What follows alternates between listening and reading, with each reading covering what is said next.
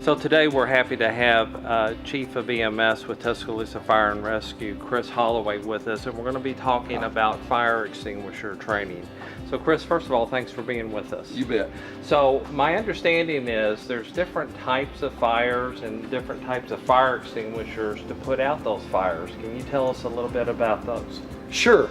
For people that don't know a lot about fire extinguishers, there are different types. Obviously, like Brent mentioned, there are different types of fires, so you need different types of fire extinguishers. Basically, there are four. A type A fire would be just normal combustible materials like wood, paper, that type of thing.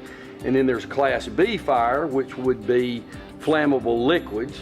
That's anything like a grease fire or like a gasoline fire, something like that, petroleum based. And then there's a class C fire, which would be electrical. And then there's actually a class D fire, which you don't see that often, which would be flammable metals. So those are the type of fires. What they've done with this is they've made a fire extinguisher that's good to use for three of those types of fires: class A, class B, or class C fires. And they've combined it into one all-purpose fire extinguisher, and that's what you're most commonly going to see. So most of the fire extinguishers then that you see hanging on walls in office complexes, etc., will have the ABC on it, which tells you then it's good for those first three types of fires. Right. And all fire extinguishers in businesses, at least in the city of Tuscaloosa, we require that they be inspected once a year. So if you look at that tag, and we can see that this one is good because it says 2018, and it was actually inspected in August of 2018. So that extinguisher is good until next August of 2019. The next thing that you want to look at in the fire extinguisher is the needle, the indicator on the dial. And if you see right here, there's a green area, and as long as that needle is within the green area, then that fire extinguisher is fully charged and it's ready to go. You can see that this one is not. It's slightly below the green, and I believe that's because this fire extinguisher has been used for some training stuff before. It's not actually in service, but it's a good example. We can show you what that looks like. And then there's this one that's on the truck, which obviously is all the way in the green. So this one is ready to go in service on the vehicle.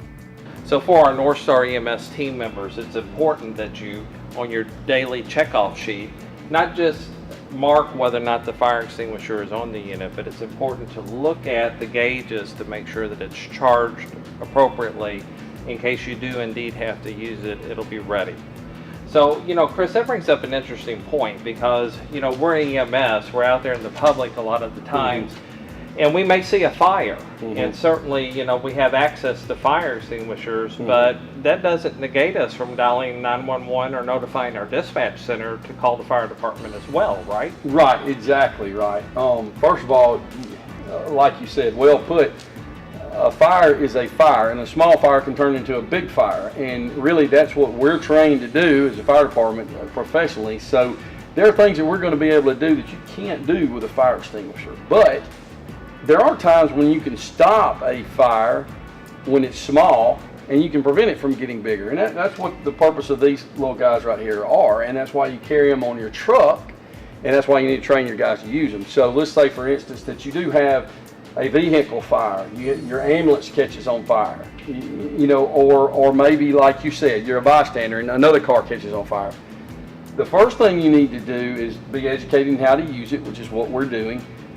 Call 911 as soon as you see the fire. You can go ahead and get us coming, and we can always turn around, right? And then the third thing is determine whether that's a fire you want to try to tackle with this fire extinguisher. And the best rule of thumb is, do you have a safe way of escape? You never want to put the fire between you and your escape route, if that makes sense. You always want to make sure that if that fire escalates, you have a safe way to get out of there. Okay, so if it's something you feel comfortable approaching with this, you can by all means do that. Just remember to always leave an escape route and always stay a safe distance back from it. So with that, Chris, kind of tell us how to use the fire extinguisher. You just have to remember one acronym, and that is PASS. PASS, and that stands for pull, aim, squeeze, and sweep. The pull part of that acronym refers to this pin. There's a safety pin on all fire extinguishers that it prevents you from, say, I can't squeeze that trigger right now because that pin is there. And that's a safety mechanism to keep that from going off inside the ambulance, inside an office or whatever, accidentally. So the P part is simply, you pull that pin. So now I have the ability to squeeze that because that pin's out. A lot of them will have this type of thing on them right here, and that is simply to indicate, it's just a way to know whether it's been used, because if that seal's broken, hypothetically it's been used. I'm not going to break that right now. So you pull, all right, and then you pull off the nozzle, okay, and what you're going to do is you're going to stand a safe distance away from the fire, and you are going to aim this nozzle at the base of the fire. It's very important, the base of the fire, because you want to attack the part of the fire that's the most intense and where all the burning is happening. You're going to aim it, and then you're going to squeeze this handle, which is going to release the powder, and then you're going to sweep, okay? And that sweeping motion is just the same thing as you would do if you were sweeping the floor. You're basically wanting to sweep the fire off of whatever it's on. And the chemicals inside this fire extinguisher will smother that fire or remove the oxygen, and the fire will go out. So that is what the pull, aim, squeeze, sweep acronym stands for. So like Brent was saying, pass. We remember pass. We're just going to give a little demonstration right now. We have a little fire out here. We're going to show a safe way to extinguish that. You're going to take your fire extinguisher.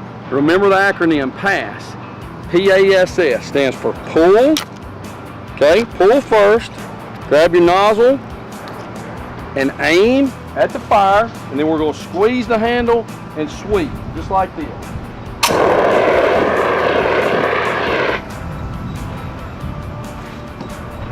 And that's all there is to it. So really, Chris, the moral to this whole training is the acronym PASS.